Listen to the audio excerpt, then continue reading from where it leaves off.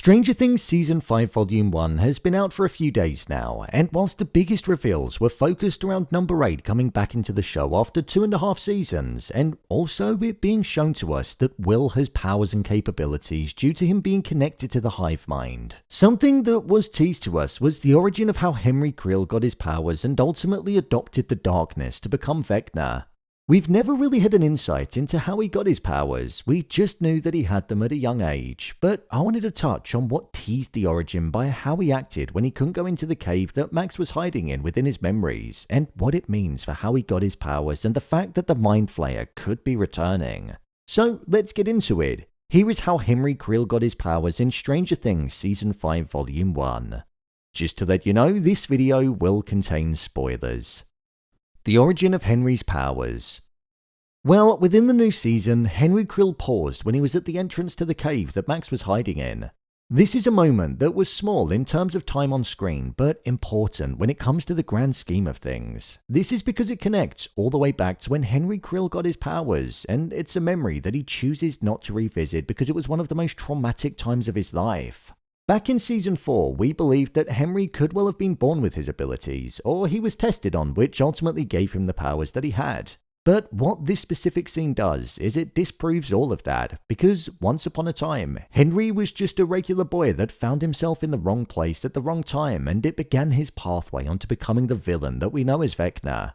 The Creel family originally lived in Nevada before they moved into what became the Creel house in Hawkins in 1959, which is an extremely important year in this universe as we were teased with it when Max was navigating her way through Henry's memories.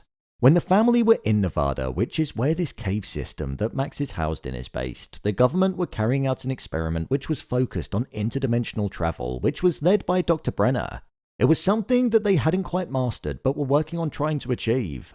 There was a scientist that was based in Nevada that fled the program that the government were working on. He took some of the technology and equipment with him and hid it in the system of the caves.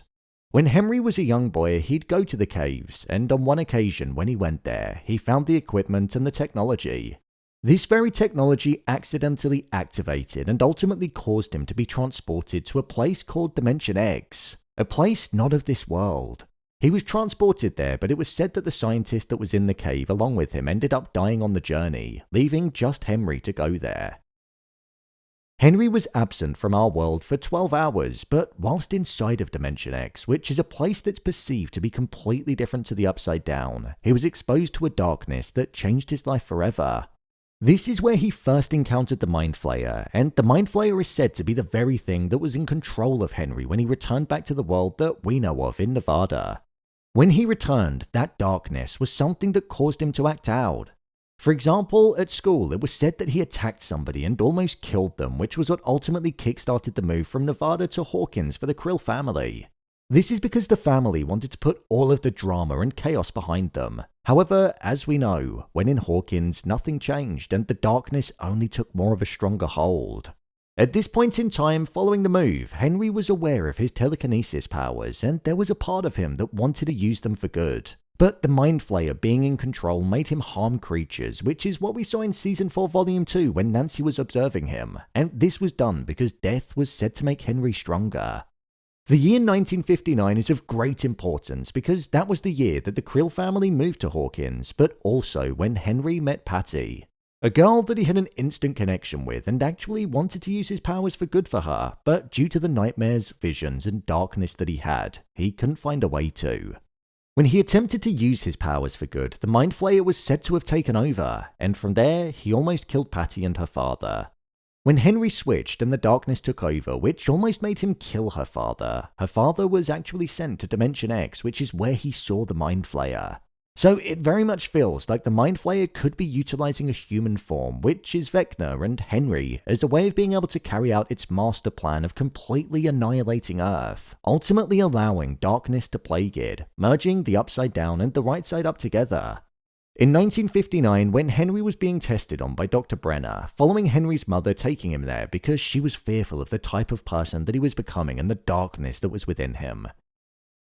At this point, Brenner began trying to influence Henry to make him stronger, and it meant encouraging him to kill and avoiding other distractions in his life. That ultimately reached its peak when on the night of the play in 1959 at the school in Hawkins, which is the very play that we saw Joyce handing a flyer out for, Henry tried to warn Patty that Brenna was coming for her because he believed that she was a distraction for him. And as the situation got out of hand, the darkness took over again, and he ended up pushing Patty off of a balcony that overlooked the stage in the school. This marked the end of the young Henry Creel that was on his journey of potentially fighting back against darkness, and it ultimately consumed him. So from there, that's then when the events of Season 4 Volume 2 ultimately ended up playing out. So when it comes to how Henry got his powers, he wasn't born with them like many of us thought he could have originally been. But instead, on his 12-hour trip to Dimension X, he was exposed to a darkness that he'd never experienced before, the Mind Flayer, and it quite literally took over him and possessed him upon his return. This means that there could quite literally be a frightened Henry Creel that never got to grow up inside the shell that is now Vecna. Or the Flayer could have corrupted Henry to the point where the darkness did quite literally take over his mind, and there'd be no chance of returning. But what it mainly shows us is that Henry adopted the dark. He wasn't born in it, nor was he randomly born with his telekinesis abilities. He was given the darkness by the Mind Flayer, and then Dr. Brenner's obsession with utilizing the powers that Henry had in order to focus on interdimensional travel with the hopes of opening up a gateway to Dimension X following his father accidentally ending up there, returning, being transformed, and then dying. He pushed and conditioned Henry into being somebody that deep down he never truly wanted to be. When Vecna was sent to the Upside Down by 11, that's where he became connected to the hive mind and the likes of the creatures that inhabited it. But I wonder if when Vecna first saw the Shadow Monster, which is the Mind Flayer when he first went there, something similar could have happened to him like what happened to Will when the connection was initiated by the hive. I'm starting to feel like the Mind Flayer is actually going to be in control and be the main villain of the show. It's in the name, right? Mind Flayer, so he flays minds, so I reckon that's genuinely what he did to Henry when he took him all of those years ago. That's how it was always perceived to be, right? The Mind Flayer was the big bad villain before Vecna was introduced to us in Season 4. So I think the show is going to show us that the Flayer almost saw Henry as the perfect host when he was transported to Dimension X in the late 1950s. I just find it strange that Vecna is doing the exact same thing to the children of Hawkins that was done to him when he was younger. So it makes me think that there's something else at play, and that very being that put darkness within him is still in control. I believe this has always been the Mind Flayer's game, and this next volume could well show us that. Henry didn't go in the cave in this season because that innocent version of him that wasn't exposed to the darkness that could still exist inside of Henry may have stopped him from going in there because he didn't want to relive the memory. Whilst this story hasn't been revealed in the show, I believe we'll see a flashback of some kind when the show returns for Season 5 Volume 2. These events were shown to us in the Stranger Things The First Shadow stage play, and with an episode being titled Escape from Camazotz, I think we'll see it all being revealed to us then. The Mind Flayer is what I believe is behind the darkness, the Upside Down, Dimension X, and Vecna, Henry Creel, Number 1, and Mr. Watson is merely just a vessel for it to carry out its master plan. So, there you have it, how Henry Creel got his powers in Stranger Things Season 5 Volume 1. If you want to see more videos on Stranger Things Season 5, then check the playlist below. I've broken down the ending and also dived into some of the biggest theories.